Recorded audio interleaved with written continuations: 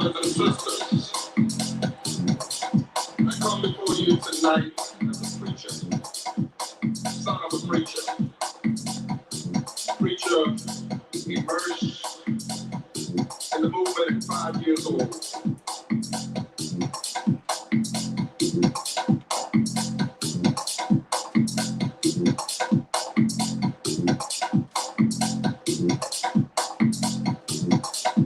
My brothers and sisters, my brothers and sisters, my brothers and sisters, brothers and sisters, my brothers and sisters, my brothers and sisters, my brothers and sisters, brothers and brothers and brothers and sisters.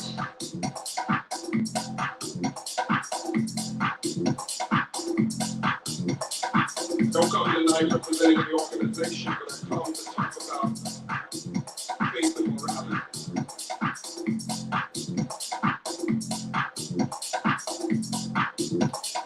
I know it may sound strange, but I'm a conservative because I work to conserve a divine tradition that teaches us to do justice, love mercy, and walk humbly with our God.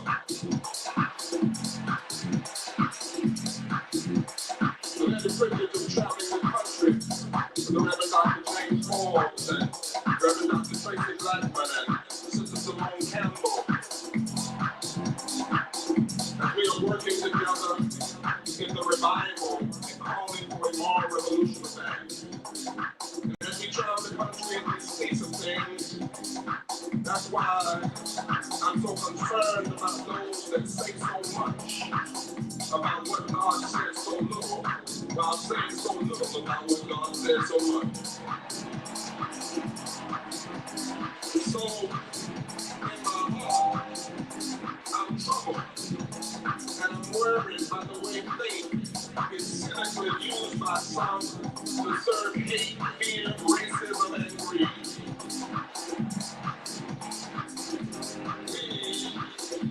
To heed the voice of the scriptures, we need to listen to the ancient chorus in which deep calls underneath. The prophet Isaiah cries out, what I'm interested in seeing you doing, says the Lord, as the nation is, hate people what they deserve. Share your food with the hungry. Do this, and then your nation shall be called a repairer of the breach.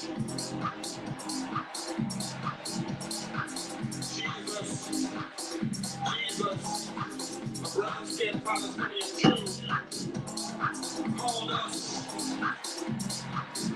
to preach good news to the poor, the broken, and the bruised, and all those who are made to feel unacceptable. Our Constitution calls us to commit our government to establish justice, to promote the general welfare, to provide for the common defense, and to ensure domestic tranquility. Now, to be true, we have never lived this vision perfectly, but this ought to be the goal and the heart of our democracy. And when religion is used to camouflage meanness, we know that we have a heart problem in America.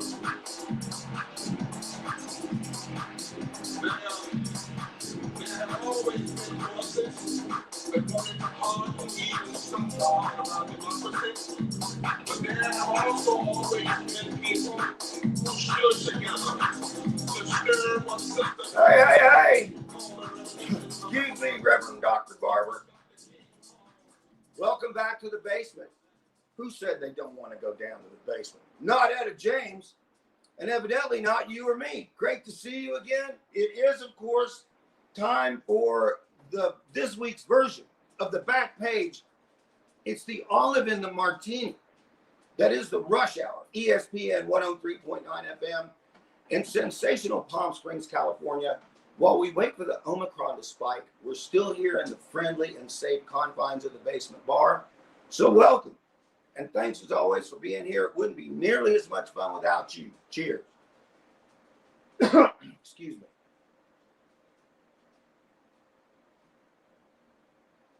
Real quick. We spoke of change last week and how it can be good or it can be bad. For example, universal designated hitter, bad. Super wild card weekend, good. We used to say that the second week of the NFL playoffs, when the wild card rounds were done and all the teams with byes were back in action, that was the weekend. You wanted to strap on an adult diaper, get a 24-pack and a red Solo cup, find that impression of your butt on your favorite couch, and just dig in hardcore for a smorgasbord of high-level American tackle football that matters. Now, with Super Wild Card Weekend, we've doubled our adult diaper-worthy pleasure. Furthermore, last week was more fun with all the scenarios and all the teams that were in, out, and slid up and down the seeding ladder based on each and every result. More teams were in it for longer, and you certainly can't say that the teams who weren't in the chase weren't having their say. In fact, the NFL is where you somehow manage to see the tightest competition from top to bottom at the end of the season, because even the bad teams have been working together for 20 weeks, and as a result, they get better. The NFL has plenty of room for improvement in a lot of areas, but Super Wild Card Weekend, it was an opportunity for improvement, and the league took it. And all of us football fans will be the beneficiaries this weekend. And here's a prediction from Ol Matty. Watch how close and competitive these games are going to be. There may be one blowout, two at the most. The rest are going to be super competitive well into the fourth quarter.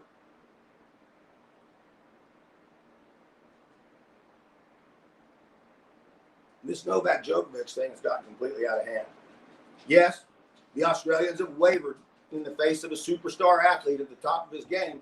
And furthermore, the top draw at this year's event, with so many other big draws missing this year's event for whatever reason. But Djokovic, man, he just can't seem to do it. Yeah, he wants to be loved. He wants to be adored like Roger Federer. But it's things like this that keep him from being that person. Like Tiger Woods after his car crash, I almost think Djokovic should just start wearing black, grow a Fu Manchu, and just go ahead and embrace it. Be the enemy. Be the bad guy. Because Djokovic is much closer to being that persona than he is to being a universally loved Federer type. And it would be much more believable than when he tries to be likable and instead comes across as a Serbian Eddie Haskell. Yes, the Australians haven't handled this perfectly. No, the Djokovic camp has not been helpful. But you know what would have solved all these problems? All these, when was he positive and when was he negative? Does he have a positive test now? Did he expose French journalists? Why would someone put Australian and tennis officials in such a terrible place? Get a vaccine. That would have solved everything. We talked about this before using other imperfect human examples, but this makes us once again have to ask, what makes a person a vaccination expert, or for that matter, an expert on Ukraine or the supply chain, just because they're a good athlete, a computer and a propensity to go down a rabbit hole? You know what I want to know from Novak Djokovic? How he can help me time my serve to get maximum velocity. How he can help me improve my two-handed backhand. Of course, he's free to voice his opinions, but when it comes to public health and the tournament you're playing in requires it, and the country you're playing in requires it, and everyone else in the men's and women's field have complied, why not you? We all know why. Because somebody thinks they're better than everyone else. Somebody expects to be exempted regardless, because rules only apply to less important individuals. It's what people mean when they say privilege. Somebody just assumes they're not going to be held to the same standard. So, Mr. Djokovic, you may be better than everyone else on the court, but off the court, you are just another person subject to the rules. Not just of the pandemic, but all the rules. If you break them, you may have more money to get yourself out of the trouble you've gotten into. But you must follow the rules, and if you break them, there must be consequences. You don't get 3 service faults per point just because you want them. The rules say you can only have 2. So, Jocko, do everyone a favor, including yourself, and facts up. You're not a hero. You're not a crusader for individual rights. You're just being selfish.